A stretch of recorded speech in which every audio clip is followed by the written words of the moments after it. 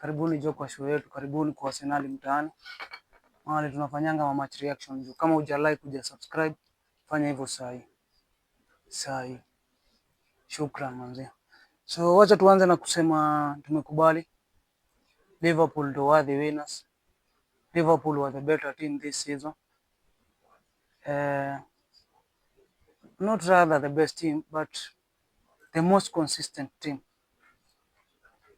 The most consistent team, having Mohamed Salah as their most consistent key player.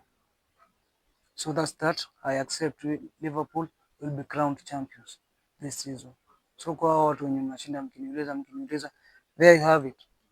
But most of you even don't watch my shit. So as we move on, let's react to the Manchester United and Arsenal game, Premier League game. That game ended 1-1, and Manchester United opened the scoring through a Bruno Fernandes free kick, or rather set piece, that has been controversial. If you look at it from the angle or the eyes of Michael Carrick and Eriksen. So that was it, and Declan Rice had a screamer around the 70th minute to equalize for Arsenal, and that's how the game ended. So let's talk about the Bruno Fernandes free kick. Before kabla kitu yoyote nilifikiria, what is David Raya doing? Sababu jamaa alipanga wall vizuri, after amearrange wall yake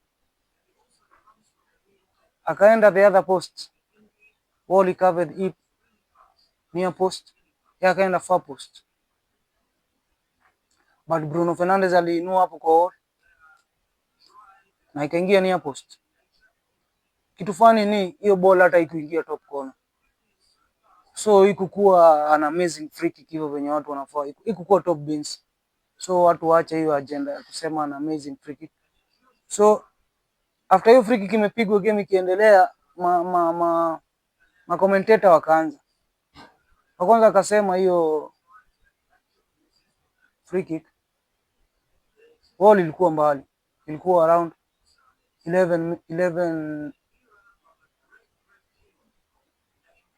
11 yards and a half. Kwa mwingine akamwambia iko around 12 yards.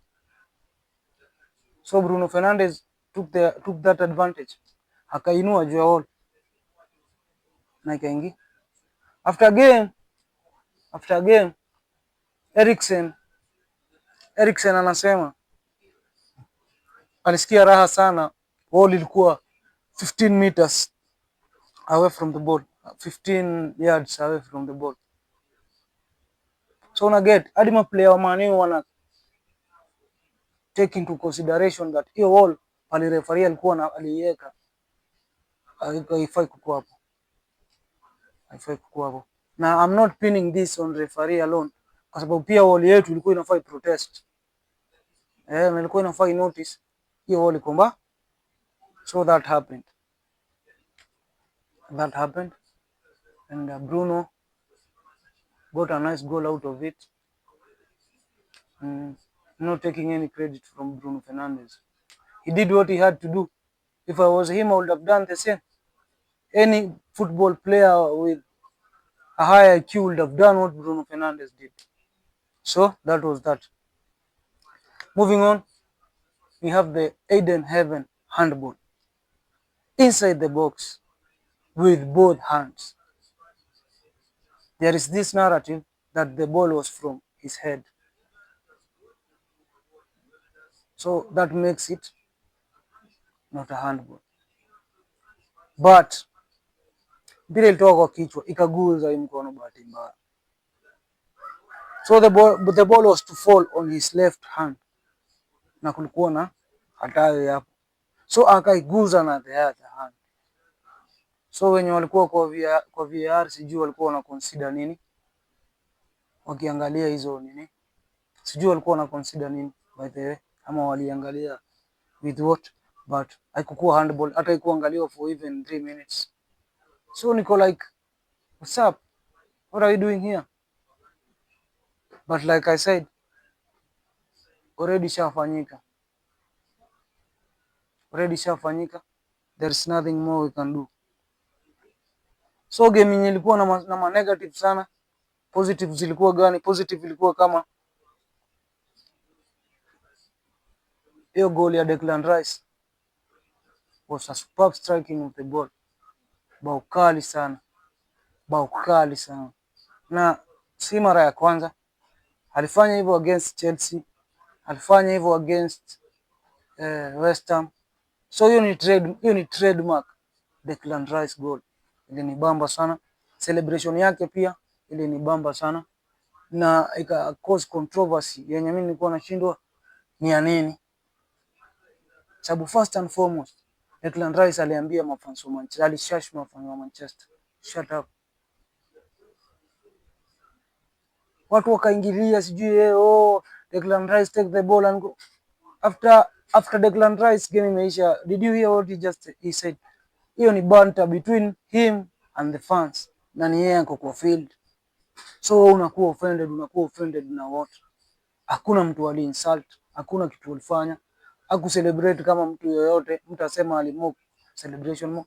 It was a very good goal from Declan Rice. I enjoyed that goal. And yeah, that's about it. But before I close this show, we must talk about Arteta. Na hiyo kitu nakuwa nikifanya kila show mpaka I get into your big skulls, kwa wale watu wenye wanainfluenziwa na opponents waingie timu ya Arteta outers. So Arteta is number 5